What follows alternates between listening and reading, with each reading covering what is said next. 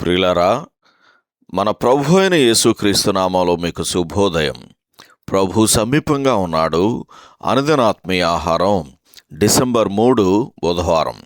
నేటి మన ధ్యాన లేఖనం దినవృత్తాంతములు 2వ గ్రంథం 29వ అధ్యాయం 15వ వచనం. వీరు తమ సహోదరులను సమకూర్చి తమను ప్రతిష్ఠించుకొని యెహోవా మాటలను బట్టి రాజు ఇచ్చిన ఆజ్ఞ చొప్పున యెహోవా మందిరమును పవిత్రపరచుటకు వచ్చిరి.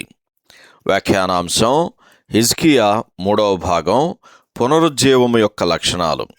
వ్యాఖ్యానాంశం హిజ్కియా 3వ భాగం పునరుజ్జీవము యొక్క లక్షణాలు. వ్యాఖ్యానం: పునరుజ్జీవం యొక్క లక్షణాలు ఏవి? దేనినైనా పునరుజ్జీవింపచేయటం అంటే దానిని మళ్ళీ జీవించేలా చేయటం లేదా మళ్ళీ ఊపిరి పోయటం అని అర్థం చెప్పుకోవచ్చు. మానవ శరీరానికి ఆక్సిజన్ ఎలానో ఆత్మ సంబంధమైన జీవితానికి దేవుని వాక్యం కూడా అలాంటిదే. దేవుని వాక్యమును శ్వాసించకుండా పునరుజ్జీవానికి శక్తి లేదు. హిజ్కియా పునరుజ్జీవం అతడు లేఖనాలను తిరిగి ఆశ్రయించటం వలన జరిగింది.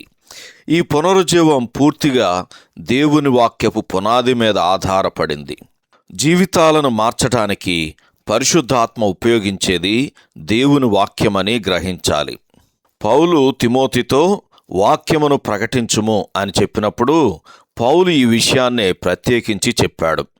ప్రజలు దేవుని వాక్యాన్ని వినడానికి ఇష్టపడకపోయినా బోధించాలి అని తిమోతికి రాసిన 2వ పత్రిక 4వ అధ్యాయము 2-4 వచనాల్లో మనం చదువుతాం.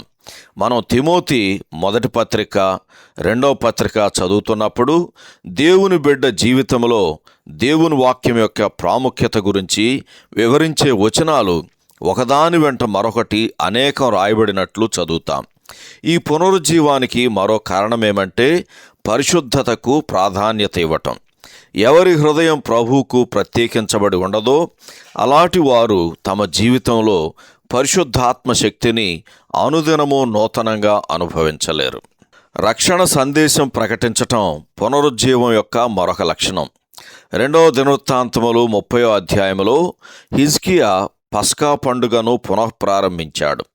ఈ పండుగ దేవుడు వారికి అనుగ్రహించిన విమోచనను, విడుదలను జ్ఞాపకం చేస్తుంది.